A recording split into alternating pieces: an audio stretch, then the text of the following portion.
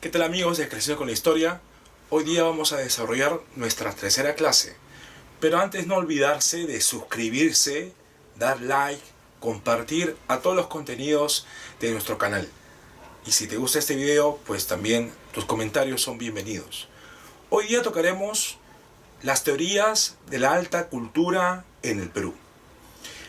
¿Sobre qué se basa este tema?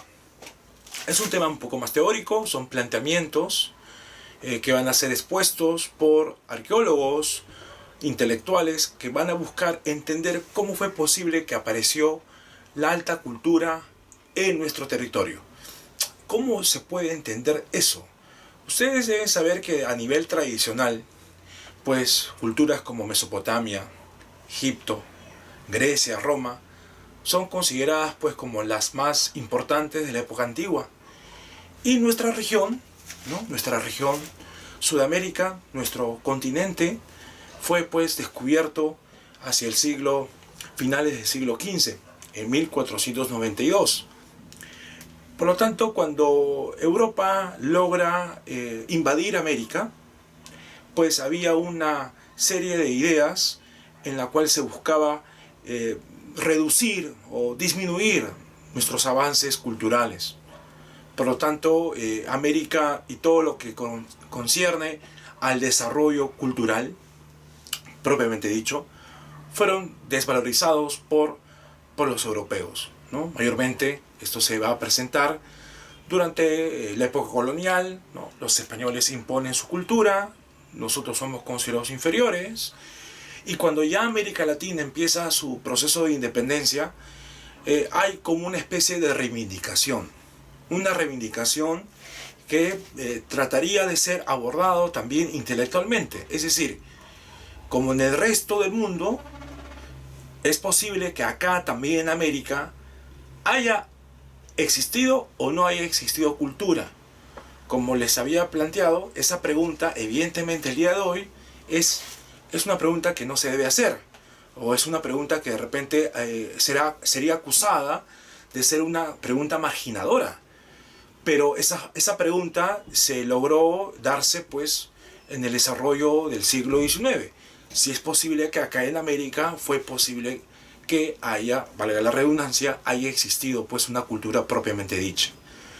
Por lo tanto, los estudios sobre nuestros antepasados en nuestro territorio empiezan recién a ser desarrollados principalmente, hablando desde una posición científica, desde el último periodo, ¿no? Los últimos años del siglo XIX.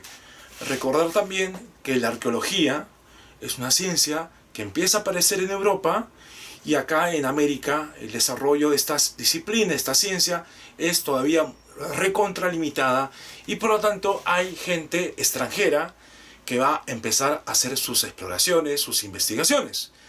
Pero ellos van a buscar no utilizar un concepto que sí empieza a ser muy conocido en el resto del mundo, que es la palabra civilización. Civilización. Esto va a ser rehusado de manera muy fuerte por el mundo intelectual con respecto a nuestra región. Acá en América Latina, ¿hubo o no hubo civilización? ¿Hubo o no hubo cultura? Por lo tanto, cuando se empieza a desarrollar nuestros conocimientos desde qué ocurrió en otros grupos de antepasados, entonces empieza a surgir otro término. Ya no es el término de civilización, sino se utiliza más lo que sería la alta cultura, ¿no? La alta cultura, como que diferenciar una expresión muy muy simple de cultura, ¿no? Como sabemos, la cultura es todo lo que el hombre produce en sociedad. Todo lo que el hombre produce en sociedad. Pero la alta cultura significaría pues un desarrollo un poco más complejo, más grande, más importante, que tiene algunas características como características económicas, sociales, políticas, artísticas, etc., ¿no? Entonces se empieza a usar, en vez de lo que es civilización, se empieza a usar alta cultura. Y es así como el tema del día de hoy es conocido como las teorías de la alta cultura andina. Planteamientos que permiten sostener cómo fue posible que en el Perú existiese las condiciones para el desarrollo de una alta cultura, o como hoy día conocemos con el nombre de civilización. ¿Correcto? Lo más idóneo el día de hoy es usar civilización. Sería el término adecuado. Pero a nivel de los estudios van a ser más conocidos como altas culturas. ¿Quién serían las altas culturas? Chavín, Paracas, Moche, Nazca, Tiahuanaco, los incas. A diferencia pues de los otros restos que hemos aprendido la semana pasada, ¿no? Hemos aprendido hace una serie de días anteriores, hemos planteado la segunda clase, ¿correcto? Donde hablamos de manifestaciones del desarrollo como del lítico y del arcaico, ¿no? Entonces, tenemos que ser muy claros para poder entender lo que hoy día vamos a explicar. Usualmente se conoce este tema como teorías de alta cultura, pero realmente debe llamarse teorías que buscan explicar el origen de la civilización en nuestro país. ¿Cuántas teorías son? 4 teorías, las más conocidas. La teoría inmigracionista, la teoría autoctonista, la teoría aloctonista y la teoría hologenista. El día de hoy veremos esas 4 teorías.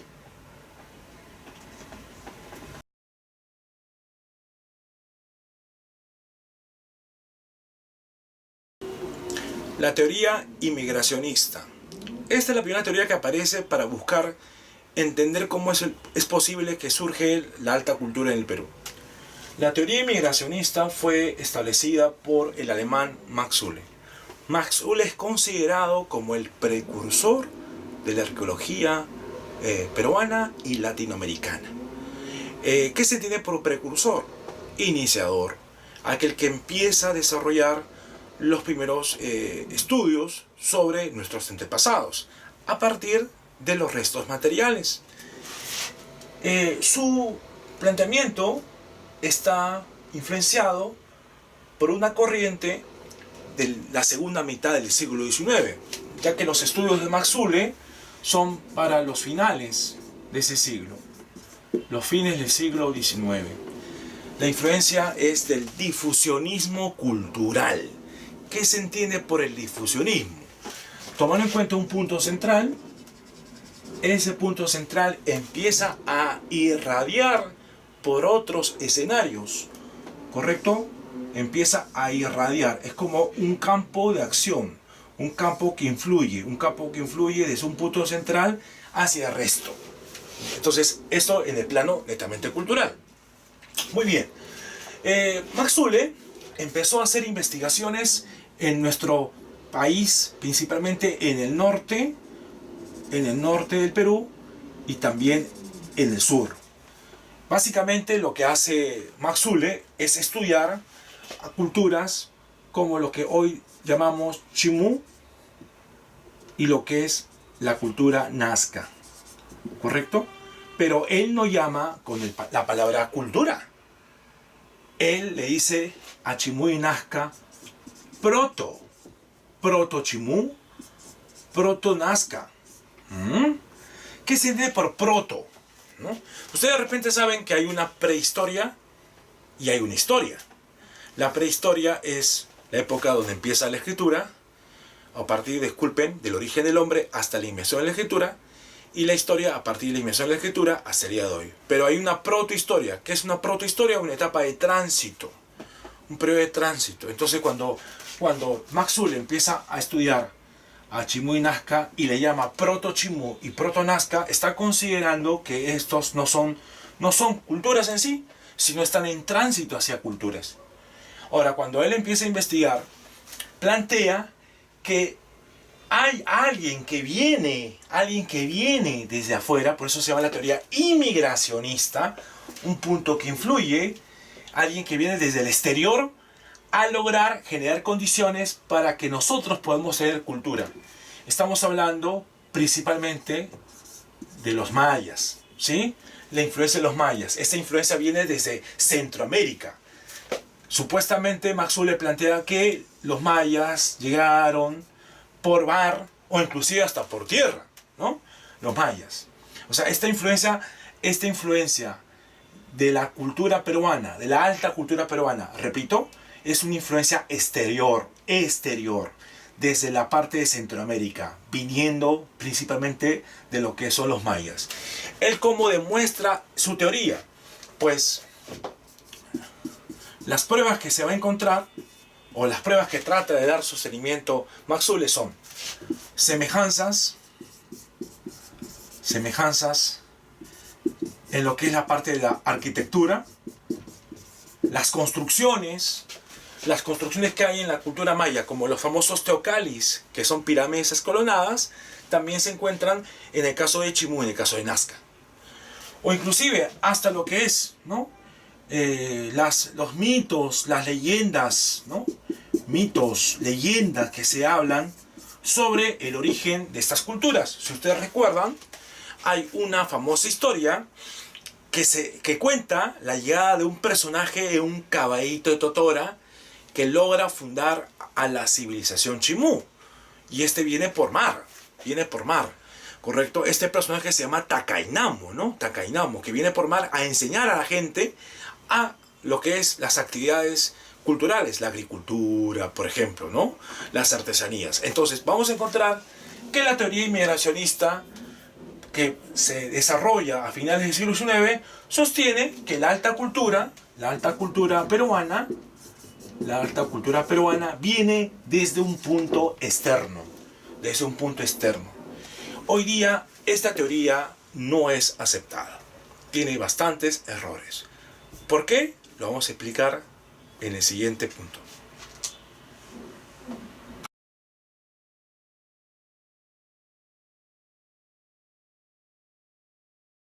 La teoría autoctonista.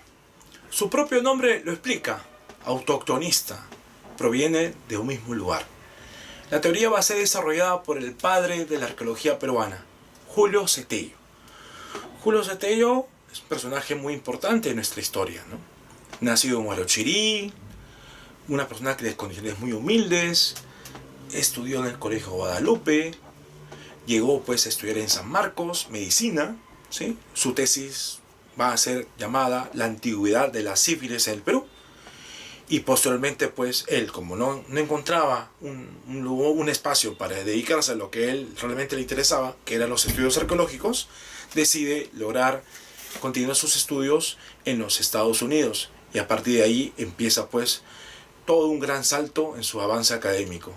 Julio Cetello empieza a investigar un conjunto de culturas, un conjunto de restos materiales que van a permitir, pues, lograr conocer que los incas no eran solamente la única cultura representativa del Perú hasta ese tiempo. Estamos hablando de principios del siglo XX, ¿no?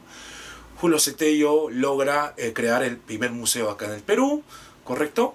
Y Julio Cetello empieza a explorar un conjunto, como dije, de sociedades, pero la más importante, y en donde él demuestra justamente esta teoría, es la cultura chavín. Tello logra pues refutar a su profesor, Maxwell, a su maestro, considerando que él estaba equivocado, que lo que podemos plantear es que realmente acá en el Perú se dieron condiciones propias para el desarrollo de la alta cultura peruana.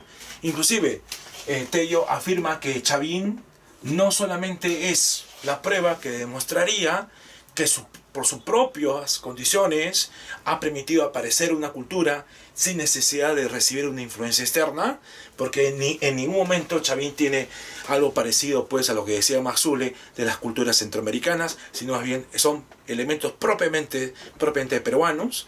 Estamos hablando de que Chavín, inclusive para Tello, sería la base inicial de todo lo que es la civilización, lo que es la alta cultura del Perú. Tanto así que hasta Tello afirma que Chavín sería la cultura matriz del Perú. Es decir, la madre de todas las demás culturas. Ahora, ¿cómo así Chavín sería esta cultura matriz? Y la prueba que da Tello para sostener su teoría autoctonista. Por ejemplo, ¿no? Tenemos acá la influencia del oriente amazónico. Tello plantea que Chavín tiene sí una influencia, pero la influencia no es externa. La influencia es netamente peruana, es de la Amazonía. Los elementos que influye Chavín es de una etnia que se llama Arawak, ¿correcto? Y esto está demostrado en los elementos que se encuentran en su religión, ¿no? En su religión, ¿correcto? Que se expresa a su vez en los dioses que son elaborados, estos dioses que están representados en los ídolos, en las esculturas, estas esculturas monolíticas.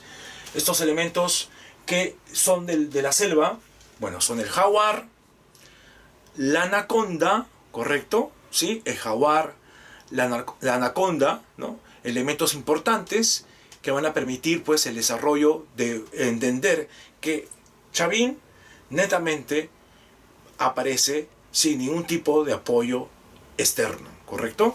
Bueno, y además también otra demostración es sobre los cultivos.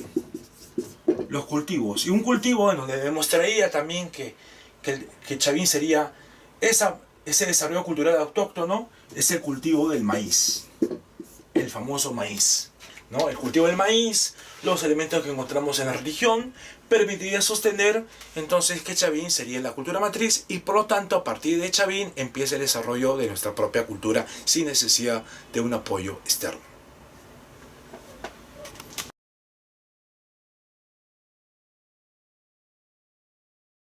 Cultura alauctonista. Su autor es el alemán radicado acá en Perú el día de hoy, Federico Kauffmann-Doy. Kauffmann-Doy es un importante estudioso que también le debemos mucho. Sus investigaciones en nuestro país tiene una deuda con él, ¿no? Intelectual, ya que Kauffmann-Doy al final se quedó viviendo acá y llegó pues a iniciar un conjunto de estudios entre los cuales destaca mucho a la cultura chachapoyas y también sobre el tema de la sexualidad del antiguo Perú. Kauffmann-Doy en los años 60 incorporó una tercera teoría. La tercera teoría es la teoría alauctonista. Él plantea que para el surgimiento de la alta cultura peruana hay una participación de elementos internos, pero también externos. Pero los elementos externos tienen mucho apoyo, es decir, tienen una participación más fuerte que los elementos internos. Es así que Kauffmann-Doy prioriza pues los elementos externos. Los elementos externos. Esto es a partir del descubrimiento de la cerámica más antigua de América, que para ese momento estuvo en Ecuador, lo que sería la cultura Valdivia, aproximadamente un poco más de los 4000 años antes de nuestra era, ¿no? Aparece esta cerámica más antigua, o procede esta cerámica más antigua en América. Y como también en algunos videos anteriores hemos explicado, un criterio para determinar el grado de desarrollo de una sociedad es la cerámica. Para una escuela tradicional de la arqueología, la cerámica significaría un criterio que permitiría entender la existencia de una alta cultura o de una civilización. Lo que Kauffmann-Doy menciona es que es desde Valdivia en la cual se va a permitir el desarrollo de las culturas de Centroamérica, que es la cultura maya, por ejemplo, De ahí se tumba la teoría de Max Uhle. Y desde la cultura Valdivia se permite también el desarrollo de la cultura de nuestro país, ¿sí? Entonces Valdivia sería el punto central que influye al desarrollo de las otras culturas. Evidentemente ahí encontramos a Kaumandoy también en la influencia difusionista, ¿no? El difusionismo cultural, ¿no? En ese caso, el punto central sería Valdivia. Valdivia influía a Centroamérica, influía a Perú, y de esa manera, según este autor, aparece nuestra alta cultura.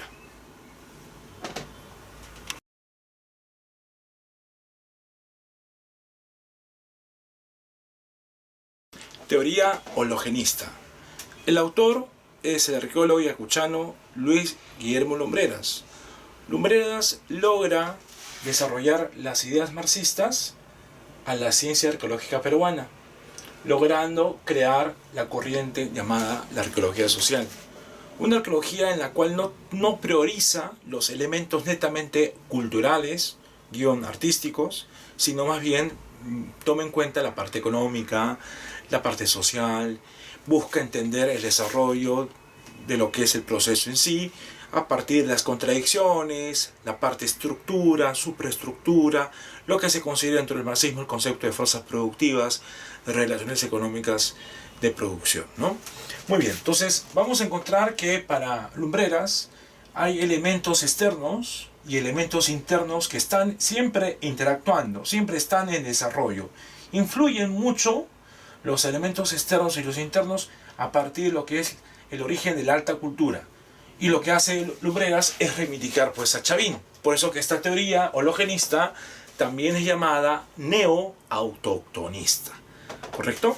Para Lumbreras también Chavín sería la base de toda la civilización en nuestro país. Inclusive él utiliza más el término de civilización como lo que antes era llamado alta cultura, ¿no? Esta teoría un poco también es importante contextualizarlo. Se desarrolla en la década de los años 60 hacia adelante, 60, 70, 80. Ahora, él no niega lo externo totalmente. Él plantea que lo externo también influye, pero lo más importante que es lo interno. Esos aspectos económicos, esos aspectos sociales, que son la prioridad para el surgimiento de la alta cultura. La cerámica puede jugar un papel, pero no es determinante. En ese sentido, lo que hace Lumbreras es negar de manera muy contundente lo planteado por Kaumandoy, y más bien, como dije hace un rato, está reivindicando la teoría de Julio Cetello, ¿no? Entonces, encontramos ahí estos elementos que permiten entender el surgimiento de la alta cultura. Hemos desarrollado las cuatro propuestas para entender el origen de la alta cultura. Te hago una pregunta. ¿Cuál cree usted que es de estas cuatro teorías la que consideras la más factible, la que logra entender realmente la aparición de lo que sería alta cultura o civilización? Y también, otra pregunta que te puedo hacer, ¿consideras tú que es dable seguir hablando de alta cultura? ¿O de repente prefieres ya empezar a decir que esto se conoce como civilización? Escribe tus comentarios, comparte los contenidos y nos vemos hasta la siguiente clase.